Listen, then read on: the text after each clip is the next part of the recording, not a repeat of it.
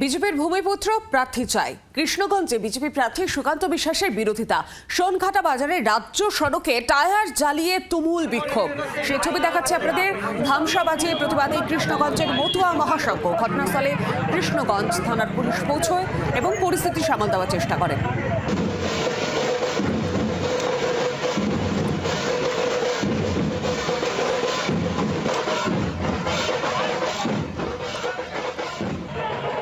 আর বিস্তারিতভাবে জানবো, সরাসরি আমার সঙ্গে রয়েছেন প্রতিনিধি অনুপ দাস। অনুপ, প্রার্থীকে না পাসান্ত আর এর জেরে রাস্তার মধ্যে আমরা দেখতে পাচ্ছি সেই ছবি, টায়ার জ্বালিয়ে তুমুল বিক্ষোভ মতুয়াদের।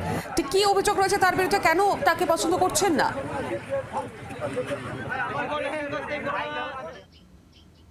দেখো, এই ব্যাপারটা তোমাকে আরেকটু পরিষ্কার করে দিই। নদিয়া জেলায় শুধু কিন্তু বিজেপি নয়, নদিয়া জেলায় কালীগঞ্জে সিপিএম প্রার্থী তামান্নার মাকে, তাকেও অপছন্দ ছিল। পলাশীপাড়ায় তৃণমূল প্রার্থী, তাকেও অপছন্দ নিয়ে বিক্ষোভ। কিন্তু কালকে দেখলাম যে বিজেপি কৃষ্ণগঞ্জের যে প্রার্থী সুকান্ত বিশ্বাস, তাকে পছন্দ নয়। তারা দাবি করছেন যে এই প্রার্থীকে আমাদের চলবে না, কারণ এই এলাকাতে যে বিধায়ক ছিলেন আশিস বিশ্বাস, তিনি কিন্তু এখানকার বিধায়ক ছিলেন।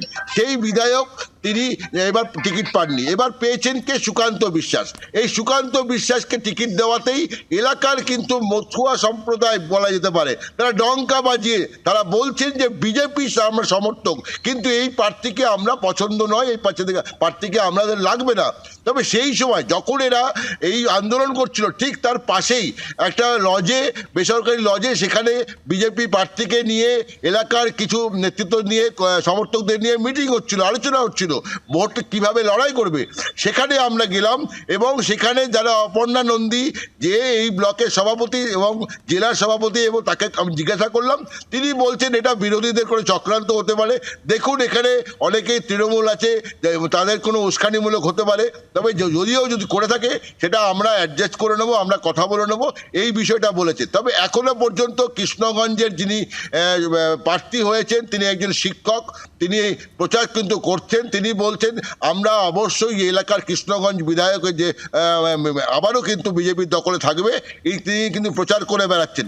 তবে এই জায়গায় যে কৃষ্ণগঞ্জটা যে বহুদিনের তৃণমূলের একটা ঘাঁটি ছিল, সেখানে সত্যরঞ্জন বিশ্বাস, তোমরা সকলে জানো, তিনি কিন্তু তৃণমূলের বিধায়ক ছিলেন, সেখানে তিনি খুন হয়েছিলেন এবং তারপর থেকে কিন্তু বাই ইলেকশন হয়েছিল, সেখানে বিজেপি প্রার্থী আশিস বিশ্বাস জয়ী হয়েছিল।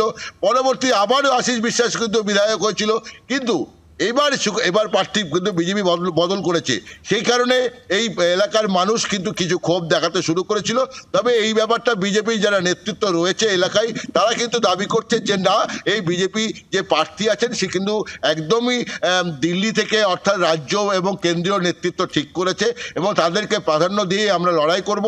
এবং অবশ্যই মানুষ যারা পছন্দ করছেন না, তাদের গুটি কয়েকজন আছে, তাদেরকে অবশ্যই আমরা কথা বলে নেব, আলোচনা করে নেব, অবশ্যই সমাধান মিটে যাবে।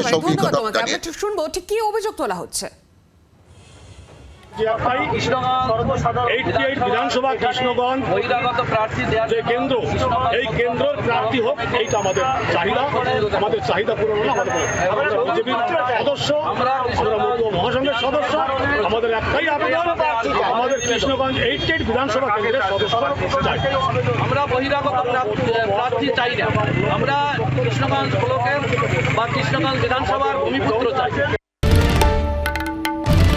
বাংলার আওয়াজ, বাঙালির আবেগ, জি 24 ঘন্টা।